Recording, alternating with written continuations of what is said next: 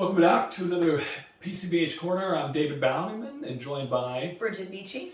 We had a conversation just recently that we were talking about a lot of different things about the value of the BHC service. And as we were talking kind of off screen, you had this thought of how much it connects to what we try to promote of this visit or bust kind of philosophy. What was your mind saying?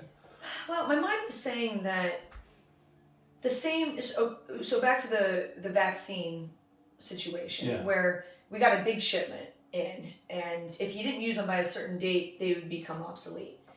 And how pressured the clinic manager was, as well as everyone in the system of like, hey, let's get these out. And nobody looked at that as being like pushy. Mm-hmm. Nobody looked at that as like, okay, you're being a little too much.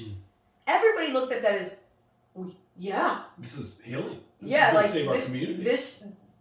We need to do this, and we need to do this now. That level of urgency. What if? And you and I have talked about this way many times before.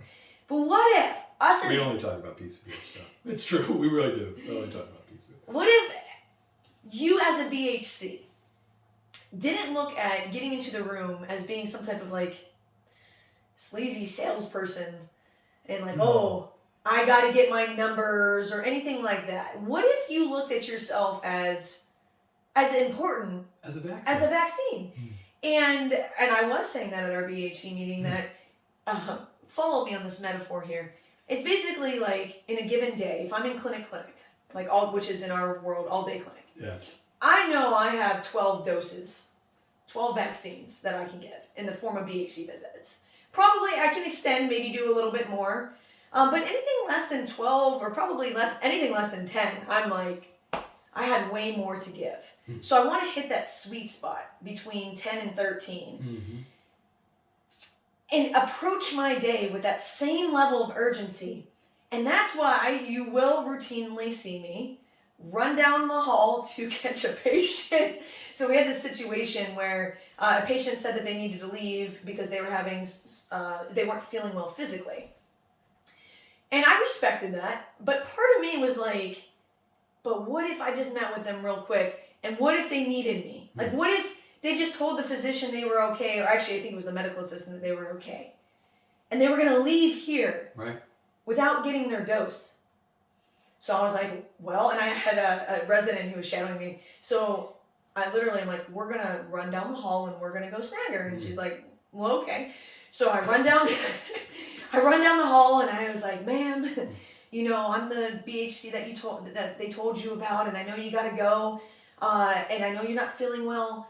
I just wanted to extend, maybe I can give you a call, because obviously we have telehealth visits, or we could just sneak right into this exam room right here and just talk for 5-10 minutes. I can put my timer on. And she's like, okay, yeah, I'll talk with you. Can I pause you real quick on that? Yeah.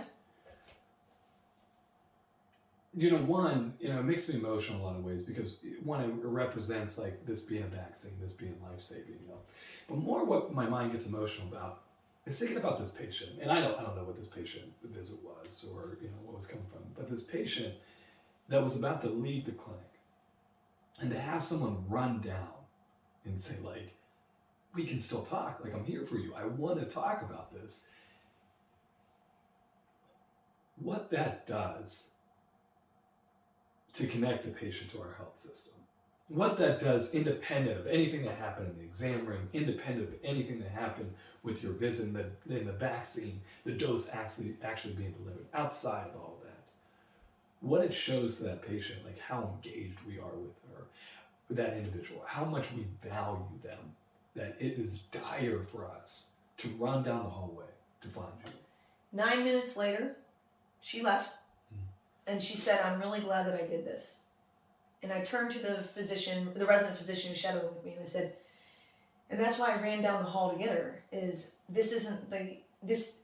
If I had an experience after 8-9 years of being in PCBH where I ran down the hall to get somebody and they're like, you know what? All you did is open Pandora's box, and now 9 minutes later I got to put myself together. This was a terrible experience. I wouldn't do that. But by and large, when you meet somebody where they are, and now it went 9 minutes, so it's a clinical encounter, but obviously it It's doesn't. not going to be billable. It's not billable, Yeah. so it's dummy code for under 16 minutes or whatnot. And sometimes they turn into full blown visits, Right. because I have somebody there thinking, like, I'm imagining somebody being like, isn't that coercion, or isn't that like you're running down the hall and saying, oh, just come into the room, and is that like are you being too pushy? Mm. Are you being too forward? Like, is this weird? I don't know, maybe it is weird. Maybe. But would anybody blame somebody for running down the hall with somebody if they had to get that vaccine before they left? Imagine, right? Imagine that if they were like, hey, I'm open to doing the vaccine today. And they're like, hey, it's going to be a little bit. It's like, well, you know what? I'll just come back. And then that person was available to get that vaccine. They would definitely be running down the hall being like, hey, we can do it. We can do it today. We can get that done, right? And that it is a really interesting point about this idea of, and we talked about this in the last video, one of the other videos, looking at what we do as truly being life-saving. Like truly being life-saving. And now, for those of you who may have been moved by Dave's genuine tears, we're going to play good cop, bad cop. And y'all aren't going to like me, possibly. But I think it's this important to say. This is why we do not track meet and greets. You didn't think I was going to say that? No, I didn't know where you were going. This is why it's a visit or a bust. Now, don't mishear me. That visit was a visit. Now, it wasn't a billable encounter. So that's not what this is about. Correct. This is about a clinical visit or bust. If you're there and they're there, let's get something done. Now, there's probably 1 in 100 situation, and we're all thinking it because I've had somebody leave, and I'm not saying to beat ourselves up, but in general, and we're going to talk about in general, that is why I do not track meet and greets. We do not have the team track them, and it's in my perspective, my very humble opinion. We're very humble. Visit or bust. Yeah, and I'm glad that you said that, because I think it can be one of those rumbling points. And these PCBH corners, we're always willing to rumble. And you can email me and tell me I'm. And I think if you've ever met us, we try to approach these things from a genuine curiosity about everything and hold our perspectives lightly. Right. But in 2 years, we're gonna have a PCBH corner saying how false this all is. Right, exactly, right. I mean, that's what I would hope. I would hope we would iterate and evolve with our knowledge base on this.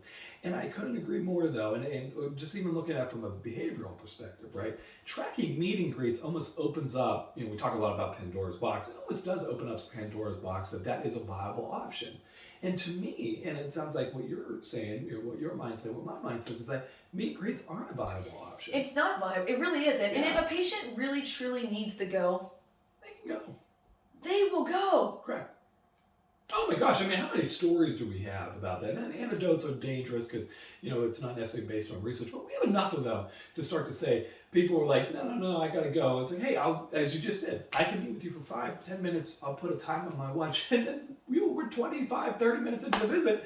And it's like, oh, don't worry about that. Quite frankly, that's how most of those go. Right. She shocked me with the 9 minutes, but she said, I literally, I should have written it down. I think she literally said, she said that she was really glad that she met with me, or it was something like, this was really helpful, or it was like, I know what I need to do, and the person, they knew what they needed to do, right? And she was just like, well, I just need to hear it from somebody else, because it was something that she knew she wanted to do that was super important, but she was getting pressure from other people in her life to not, and I was just kind of like, I was just hearing her, I was doing reflective listening, and I was like, oh yeah, you know what's best for you, and she's like, I do know what's best for me. And then I got chilled. I'm like, all right. So then we George Costanza'd it and said, are we good to go? And she's like, I think we're good to go. I'm out. And we left. And it was it. The last thing I wanted to hit on, it's so interesting when we use words like visit or bust, right?